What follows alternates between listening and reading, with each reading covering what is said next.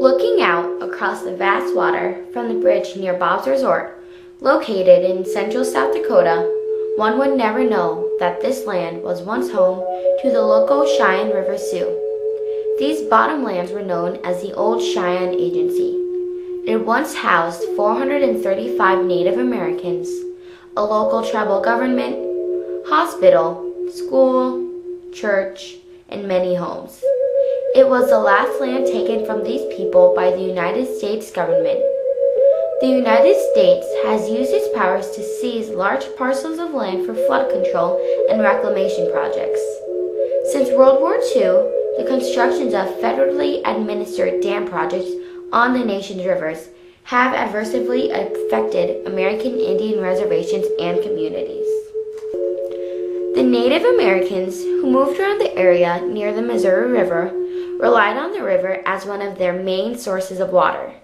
They used it to cook, clean, and bathe in.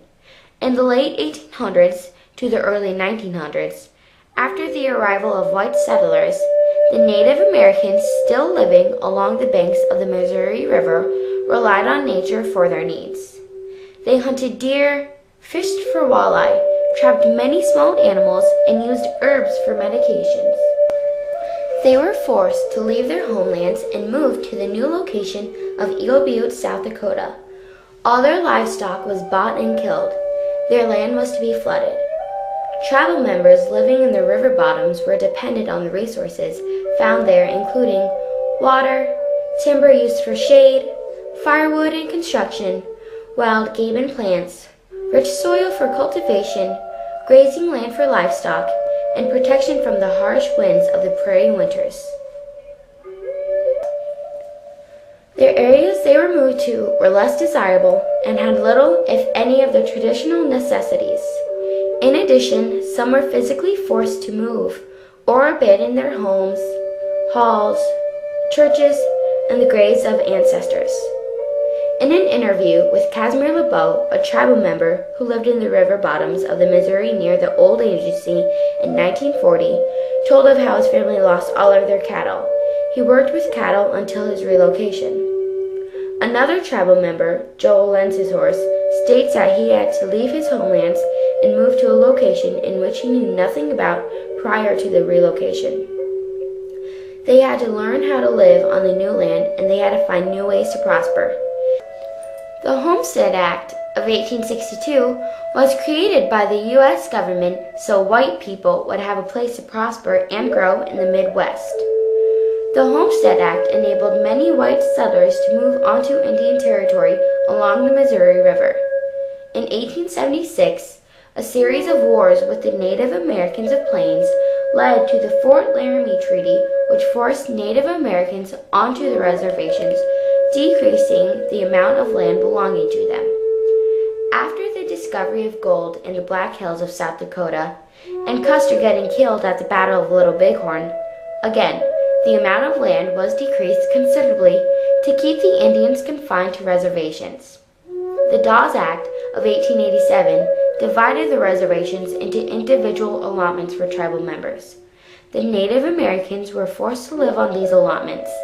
Many were located along the banks of the Missouri River.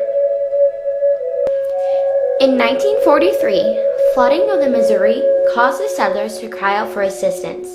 They went to the federal government and demanded a way to fix the flooding along the banks of the river. The government called upon the Corps of Engineers to do a report on the river. The Corps of Engineers sent Colonel Lewis A. Pick, who was a Missouri River Basin Division engineer, to the Missouri River to survey. He came back with a report referred to as the Pick Plan, which called for the Corps of Engineers to build 1,500 miles of levees from Sioux City, Iowa, to the Mississippi, 18 tributary dams, and 5 huge multiple-purpose dams. In 1944, the U.S. Army Corps of Engineers and the Bureau of Reclamation created the Pick-Sloan Plan for multi-purpose water development in the Missouri River Basin. They concluded that building dams, levees, and tributaries would help bring farmers better irrigation systems.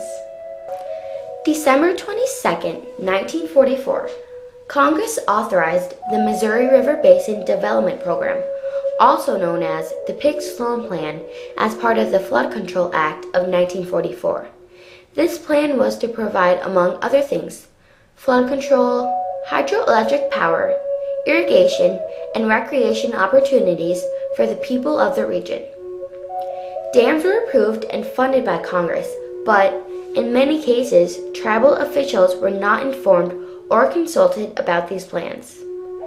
In the late 1940s, the relocation process began. The government began to buy the Native Americans' land. The government would sometimes only pay $1 per acre. Native Americans in that area then had to pick up everything they had and move. In August of 1948, the Corps began construction of the Oahe Dam just north of Pierce, South Dakota. This project would produce the largest reservoir and the greatest hydroelectric power capacity of any of the Pig-Sloan dams. It also destroyed more American Indian lands and resources than any other public works projects in America. It flooded 160,889 acres on the Standing Rock and Cheyenne River reservations and dislocated at least 350 Sioux families. The tribal lands were often flooded before federal compensation was determined or distributed, and oftentimes were illegally condemned in order to get the land. Congress never gave approval to the Corps to remove the Indian people, therefore forcing them to redress directly from Congress. This was done on a reservation-by-reservation basis. September 30th, 1950, it was established by Congress that the Corps and the BIA were to start negotiating settlements with tribal representatives for the damages caused by the Pig-Sloan Dam projects. If an agreement between the two of them could not be reached, then Congress would decide the final settlements. On September 3, 1954, the Cheyenne River Sioux tribe was provided with a settlement of $10.6 million for damages caused by the Oahe Dam.